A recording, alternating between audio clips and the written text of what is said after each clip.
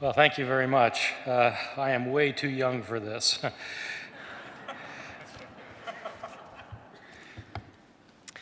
It's a pleasure being with all of you this evening. This is a very different setting from the one that I'm accustomed to, teaching at the University of North Carolina at Chapel Hill. My undergraduate classes they're large classes on the New Testament. About 350 students actually take these classes, but it's a completely different setting, talking to these 19 and 20-year-olds who have, for the most part, most of them grown up in the Bible Belt. This last year I did something I'd never done before with my class. I started, with the first day of class, I started off by asking them the following question. I said, how many of you in here would agree with the proposition that the Bible is the inspired Word of God? Boom, the entire room raises its hand. I say, all right, great. Now, how many of you have read the Da Vinci Code? Boom, the entire room raises its hand. All right, how many of you have read the entire Bible? Scattered hands. So, all right, now, I'm not telling you that I think God wrote the Bible. You're telling me that you think God wrote the Bible. I can see why you might want to read a book by Dan Brown. But I mean, if God wrote a book,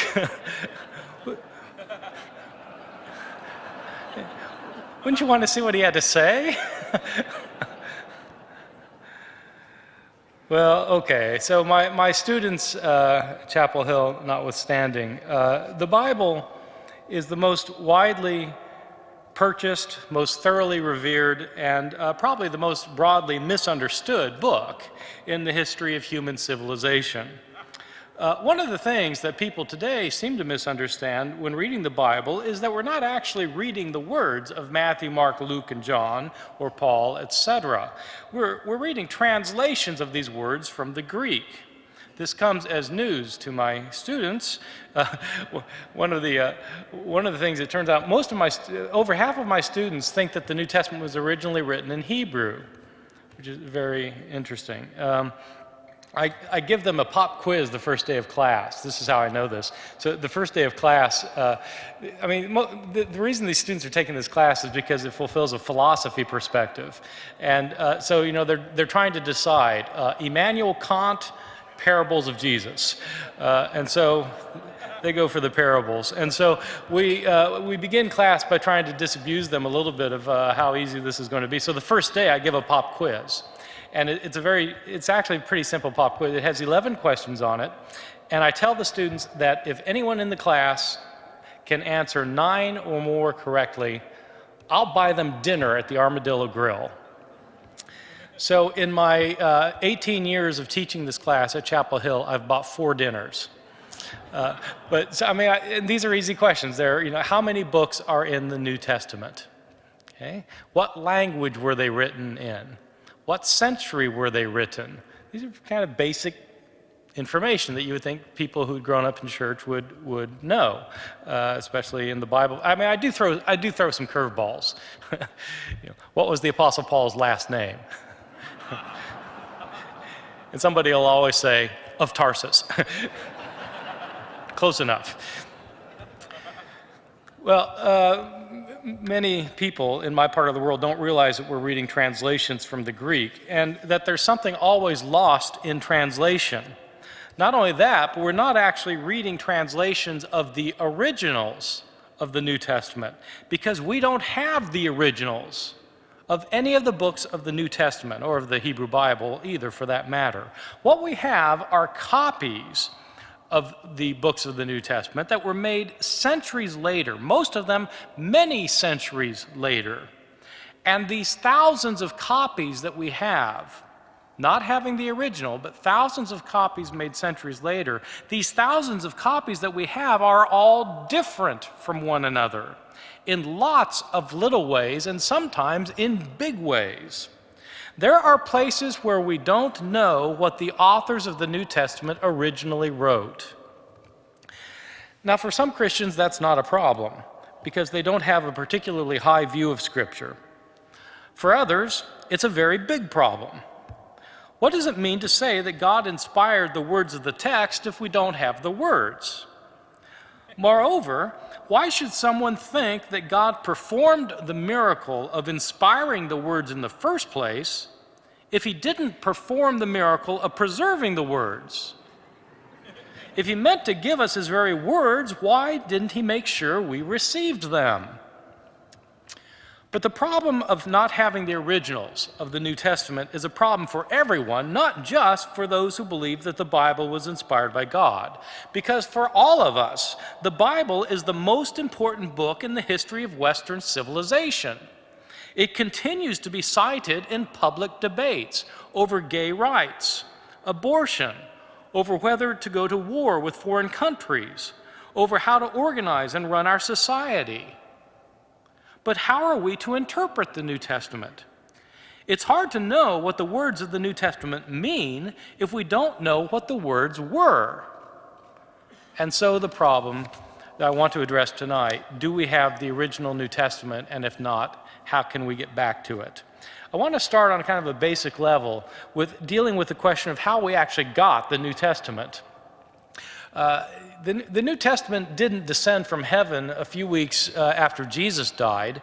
The New Testament, in fact, is a set of books, 27 books. For those of you who didn't get my first question on my pop quiz, there are 27 books in the New Testament, which is, I tell my students, is easy to remember because it's 3 to the third power. So, think Trinity, 3 times 3 times 27. So I don't know why, it just works that way.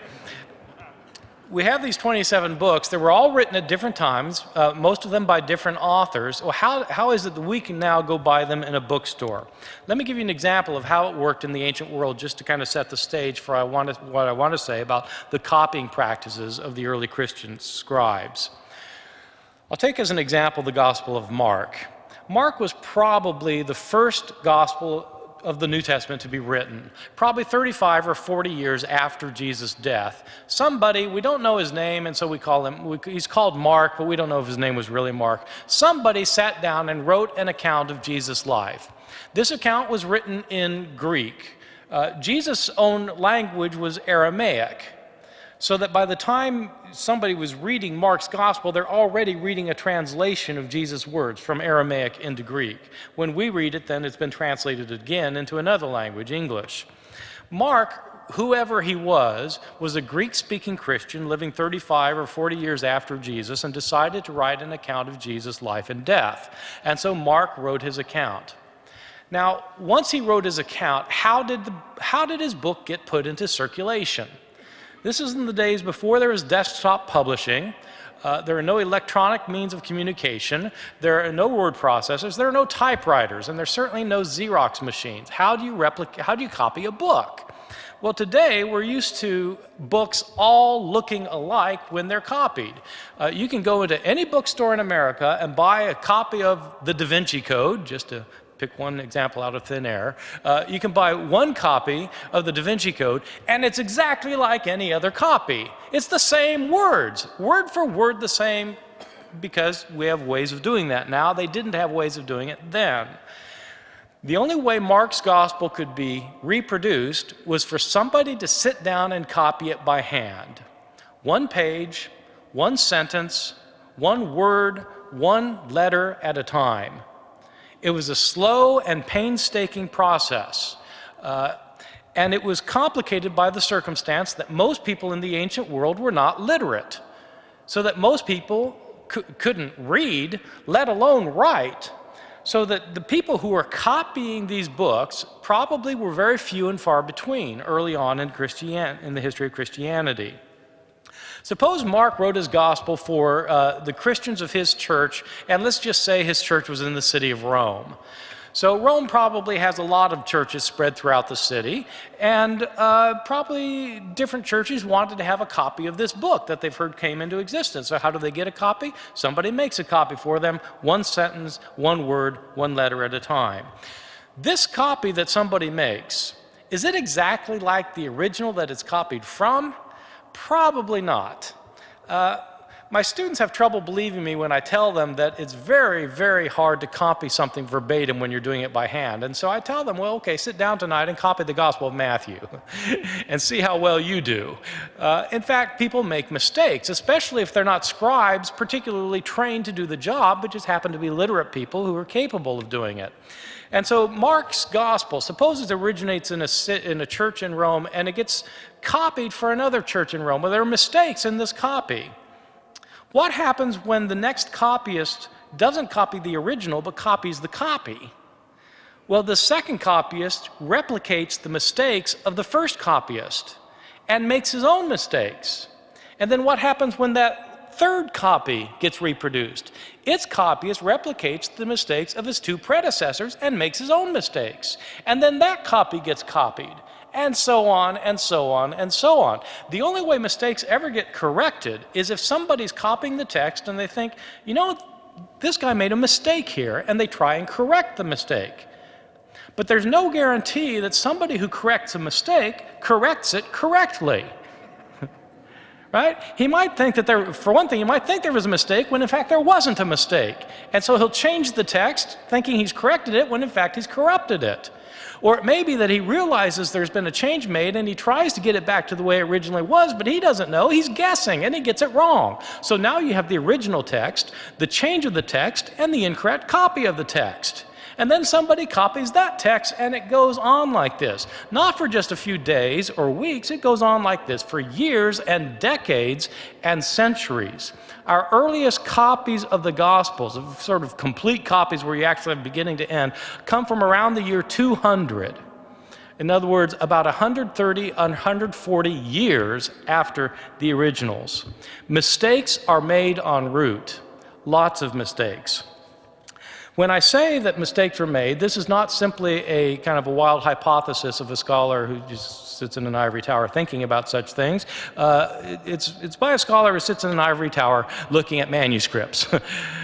We actually have surviving copies, and so we can compare them with one another. And when you compare them with another, you realize somebody's changing the text because no two of these copies are exactly alike. Somebody's changing the text. So how did we get our New Testament? Well, we got it by a process of copying. The originals were copied and put in circulation. Mark's Gospel circulated in the churches in Rome. Then somebody from Ephesus wanted a copy, so they copied a thing in Rome. And then somebody from Smyrna wanted a copy, they copied it there. Somebody in Jerusalem wanted a copy, they made a copy for there. Several churches in Jerusalem got copies, and copies proliferate throughout the Roman Empire. In the process, the original gets lost, or destroyed, or simply worn out. We don't have the original anymore. All we have are later copies. How many copies do we have? The New Testament, originally written in Greek, survives today in over 5,700 copies in Greek. Over 5,700 copies in Greek. When I say it survives in that many copies, when I say copy, I don't mean that we have entire copies of the Gospel of Mark that are in the number 5,700. I'm saying of any portion of the New Testament, we have complete or partial copies numbering 5,700.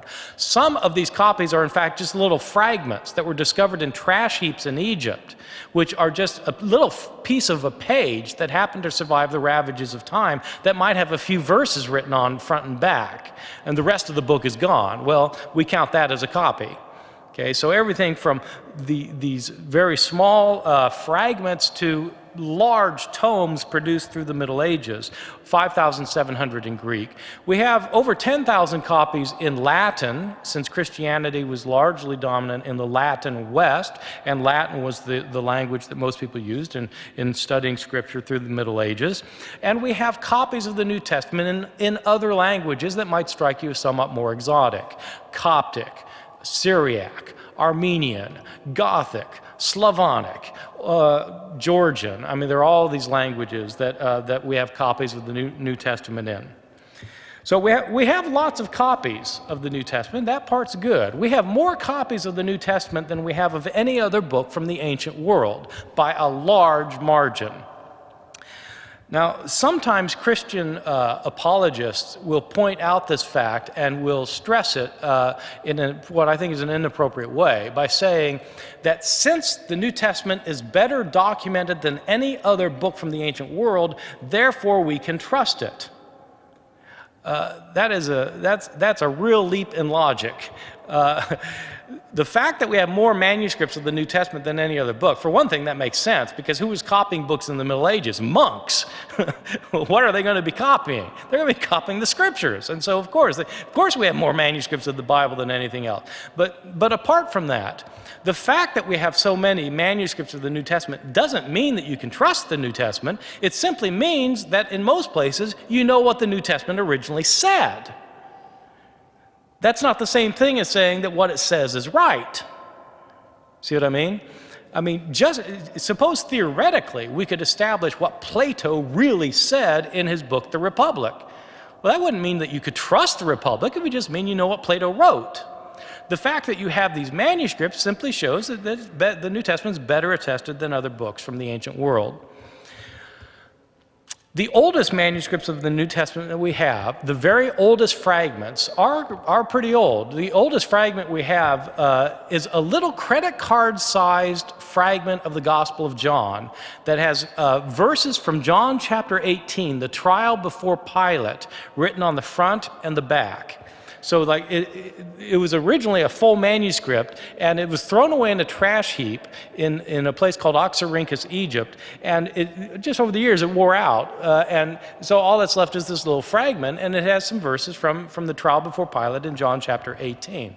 This fragment is called P52 because it was the 52nd papyrus manuscript that was discovered and cataloged, and it's very important. For one thing, it's important because it's written on the front and the back, which means that this came not from a scroll, but from a book. The way we have books today, you know, where you write on both sides of the page and then you bind them together. That's how Christians apparently originally wrote their books, as opposed to using scrolls like everybody else did, at least according to our earliest manuscript. So our oldest manuscript, this P52, probably dates sometime in the early 2nd century, maybe around the year 120, 130, something like that. That's just 30 or 40 years after the Gospel of John was written.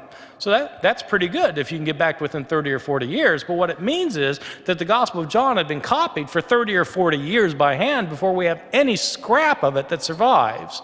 And we don't have a complete Gospel of John until about a century after that. Most of these 5,700 manuscripts we have are not early 2nd century. Most of them, in fact, come from the Middle Ages. The vast majority of them come from starting the 7th, 8th, 9th centuries and onward down to the invention of printing. Once the printing press was invented in the 15th century, that did not stop people from copying the New Testament books or any other books by hand. Just like the invention of the personal computer and word processors did not mean that typewriters just absolutely disappeared. There are people who use number 2 pencils still. You say, well, why? Well, you've got a personal computer. Well, they had printing presses, but they still copied manuscripts by hand as well until the whole thing took over sometime later. So we have lots of manuscripts. They range in dates from the 2nd century down to the 15th or 16th centuries. How many mistakes are found in these manuscripts of the New Testament that we have? This was a question that did not trouble people throughout the Middle Ages. It didn't seem to trouble the scribes who were copying their texts, or if it did trouble them, they don't say very much about it. It did begin to be troubling to scholars about 300 years ago. In fact, exactly 300 years ago, in the year 1707, there was a scholar who produced an edition of the Greek New Testament that caused a bit of an uproar because of what he found. So 1707, the New Testament had been put in printed form for nearly 200 years at this point. When printers were deciding what form of the text to print, they took older manuscripts, handwritten copies, and they decided which ones to put in movable type, and so print their manuscripts like that. And that was fine. And so for 200 years, there were copies of the New Testament in print based on manuscripts. But scholars started realizing that these manuscripts that the printed texts were based on were different from one another. And in 1707, the floodgates opened. There was a scholar at Oxford named John Mill. This guy, I think, is unrelated to the Victorian John Stuart Mill. John Mill, 1707, spent about 30 years looking at manuscripts of the New Testament in order to see where they differed from one another. He had access to about 100 manuscripts, and he read these manuscripts carefully and compared them line by line, verse by verse, to see where the differences were. And then he printed a copy of the Greek New Testament where he gave a line of the text, and at the bottom of his page, he gave places where he found differences among the manuscripts. Okay, so he gave an apparatus including the differences he found among his manuscripts. To the shock and dismay of many of his readers, John Mill's apparatus contained 30,000 places of variation among the manuscripts. 30,000 places where the surviving manuscripts he examined differed from one another. Some of John Mill's detractors were outraged and claimed that he was attempting to render the text of Scripture uncertain. His supporters pointed out that he didn't invent these 30,000 places of variation. He simply noticed that they exist, so it's not exactly his fault. But that started people wondering, well, exactly how many differences are there? And if there are all these differences, how do we know what the authors originally wrote? Well, that was 300 years ago when John Mill examined 100 manuscripts, and as I pointed out, we have something like 57 times as many manuscripts today. So how many differences are there among our manuscripts? Scholars have different estimates. The reality is nobody knows because nobody's been able to count them all, even with the developments of computer technology. Some scholars say that there are 200,000 differences in our manuscripts, or 300,000, or 400,000. The way I put it to my students usually is in comparative terms. There are more differences in our manuscripts than there are words in the New Testament. That's a lot of differences. Now, I should say at the outset that these thousands and thousands of differences, most of them are completely unimportant, insignificant, immaterial, and don't matter for anything. Many of these differences you cannot even replicate in a translation. There are slight differences in Greek that you can't even replicate when you translate it into English. By far and away, the most common difference among the manuscripts shows nothing more than that scribes in the ancient world could spell no better than people can today. And scribes, of course, didn't have spell check. They didn't even have dictionaries. And scribes, in fact, some scribes didn't even care how they spelled words. Sometimes you'll be reading a manuscript and you'll have the same word within a few lines and the word will be spelled 3 different ways.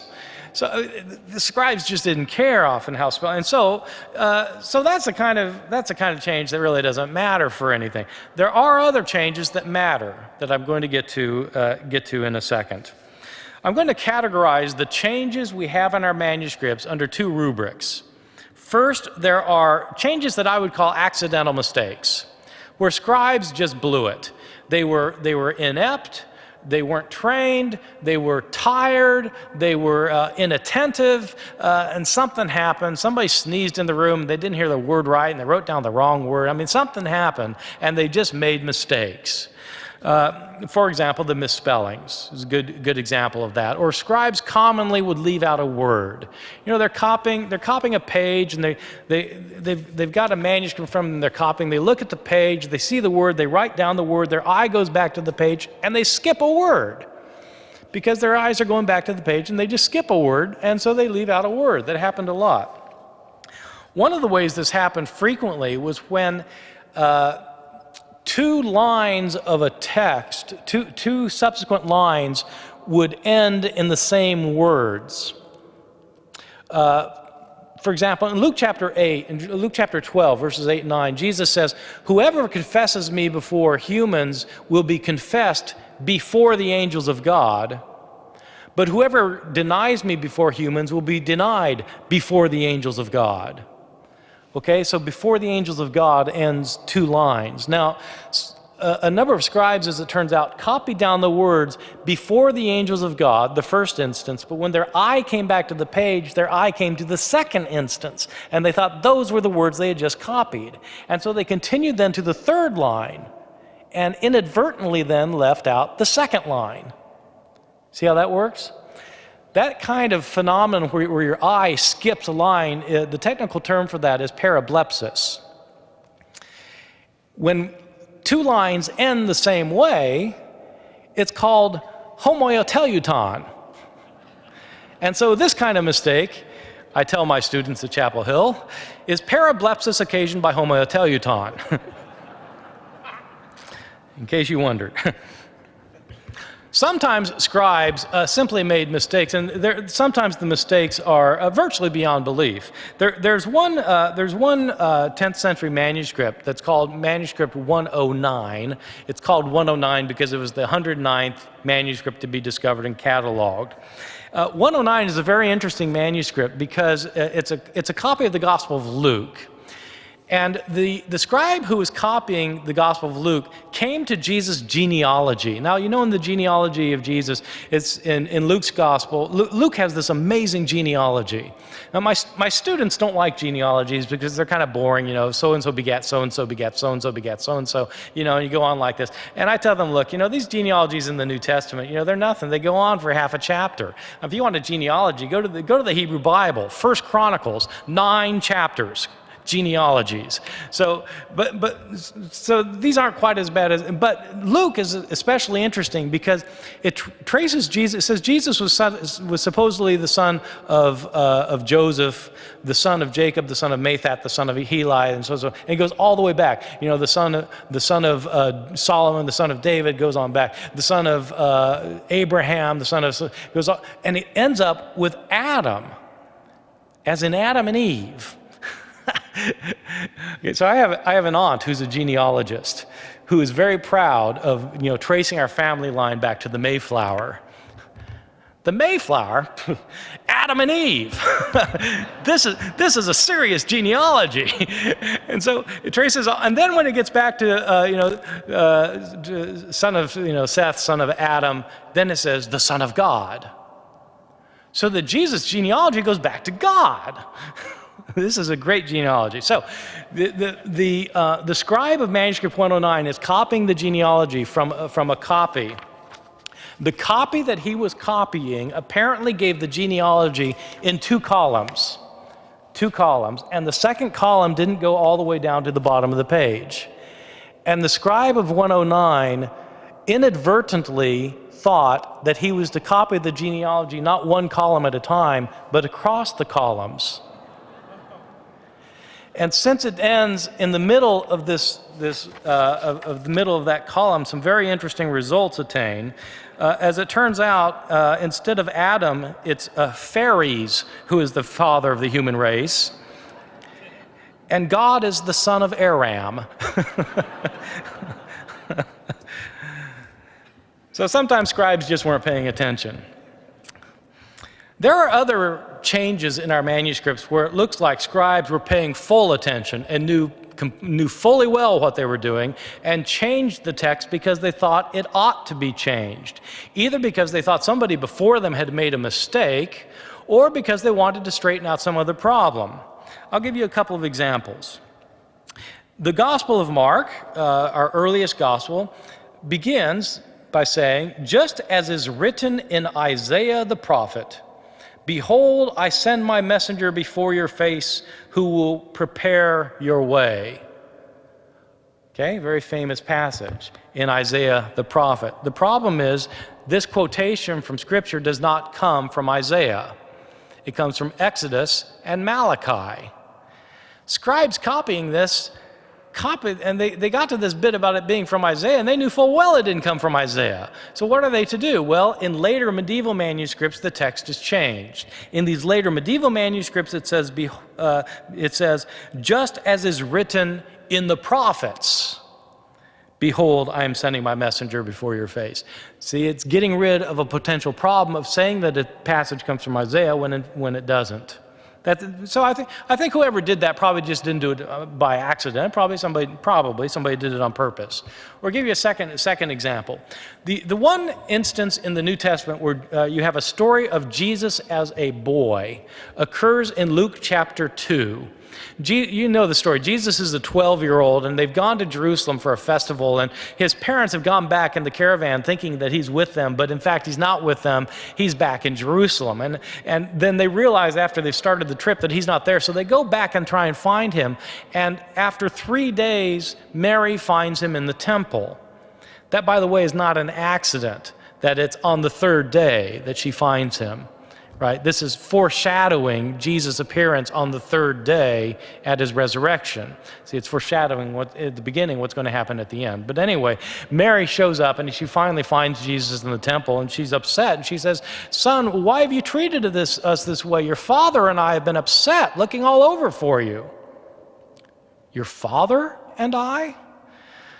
Scribes thought that this was very peculiar because they knew Jesus was not Joseph's son. Joseph was not the father of Jesus. Why would Mary say, "Your father and I"? And so scribes changed the text. Some changed it to say, "Joseph and I have been looking all over for you," or to say, "We have been looking all over for you," thereby circumventing the problem of calling Joseph the father of Jesus. I'll give you one other example of what strikes me as probably an intentional change.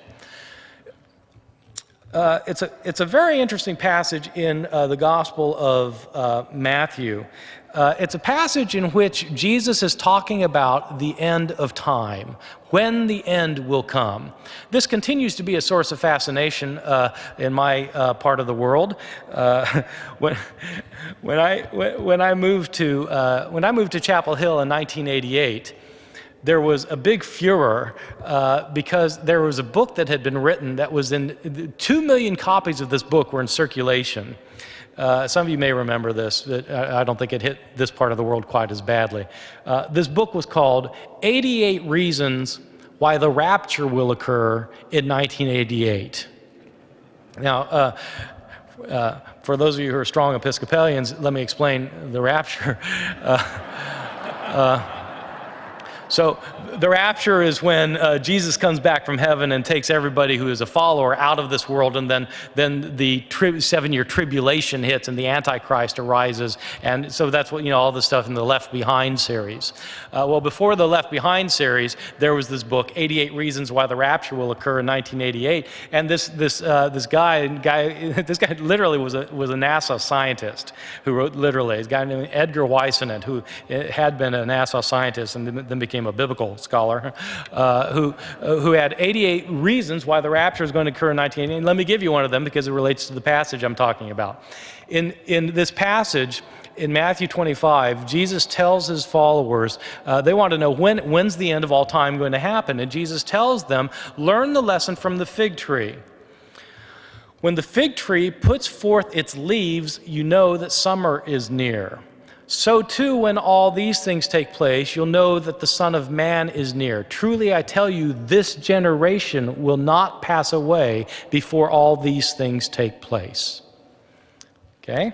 So this Edgar Whisenant wanted to use this passage to figure out, well, when is it going to take place? Jesus has given us the clue. When the fig tree puts forth its leaves. What is the fig tree in Scripture? Often in the Hebrew Bible, the fig tree is a symbol for the nation of Israel. What does it mean for the fig tree to put forth its leaves? It means after it's been dead through the winter, it comes back to life. When does Israel come back to life? When it again becomes a sovereign state in 1948. This generation will not pass away before all these things take place. How long is a generation in the Bible? 40 years. 1948 plus 40, bingo, 1988. There were 87 other proofs, which I won't give you. This was taken very seriously in my part of the country. I had students whose parents literally sold the farm, thinking that it was coming. Now, somebody pointed out to Whisenant, the guy who wrote this thing, pointed out that Jesus also said, no one knows the day or the hour when it'll come. He had predicted it was going to come during the Rosh Hashanah festival in October. And they said, but Jesus said, no one knows the day or the hour. And Whisenant replied, well, I don't know the day or the hour. I just know the week. So in this passage, which has been abused and misused over the years, there is this interesting verse where the disciples want to know when it's going to come, and Jesus then tells them, no one knows, he says. As to that day or hour, no one knows, not the angels in heaven, nor even the Son, but the Father alone. Scribes came to that and were confused by it. The Son of God doesn't know? How could the Son of God not know when the end is going to come? Surely the Son of God is all-knowing, omniscient. And so when scribes got to this place, they dealt with the problem simply by eliminating the words, so that in later medieval manuscripts, Jesus doesn't say, not even the Son. So you get rid of the problem simply by excising the words from the text. That's what I would call an intentional change. It looks like somebody changed the text intentionally. Well, these are all rather smallish kinds of problems, but I want to point out that there are, in fact, some big problems in the text of the New Testament, ones that actually affect passages that are near and dear to many people's hearts. So let me give you a few examples before wrapping this up of some big differences that matter. Probably the most popular story from the Gospels today is the story of Jesus and the woman taken in adultery. The reason I think this is the most popular story is because it's in every Hollywood movie about Jesus. Even Mel Gibson, who was talking about the last hours of Jesus, had to include this, and so he had a flashback where this story occurs of the woman taken in adultery. So you know the story. The Jewish leaders have caught this woman in the act of adultery. They lead her to Jesus, and they set a trap for him. They say, now according to the law of Moses, she's to be stoned to death. What do you say? This is a trap for Jesus because if he says, well, yeah, stone her, then he's violating his teachings of love and forgiveness and mercy. But if he says, no, forgive her, then he's breaking the law of Moses. So what's he supposed to do? Well, he stoops down and starts writing on the ground, and he looks up and he says, let the one without sin among you be the first to cast a stone at her. Stoops back down, writes on the ground a little bit more, and one by one, the authorities start leaving the scene until Jesus looks up again and there's no one left except for the woman. He stands up and says, woman, is there no one left to condemn you? She says, no, Lord, no one. He replies, neither do I condemn you. Go and sin no more. So this is a beautiful story filled with pathos, very interesting. There are all sorts of interesting questions that the story raises, one of which is, if she was caught in the act of adultery, where's the man? They're both supposed to be stoned to death, right? But they apparently let him go. This story, as it turns out, as interesting, intriguing, and moving as it is, was not originally in the Gospel of John. In fact, it wasn't originally in any of our Gospels. This passage was not originally in the New Testament. How do I know that? The oldest manuscripts of the Gospel of John don't have this story. The Greek commentators on the Gospel of John, the church fathers who wrote Greek commentaries on the Gospel of John, don't mention this story for 1,000 years. Somebody heard this story or made it up. Heard it or made it up, and wrote it in the margin of a manuscript probably. Somebody else took this manuscript and saw this story in the margin and thought it belonged in the text and put it in the text. Somebody else copied that manuscript, and that manuscript got copied a lot until down through the Middle Ages, the story became quite popular until it was used. These later manuscripts were used by the translators of the King James Bible, and that's how it came into English.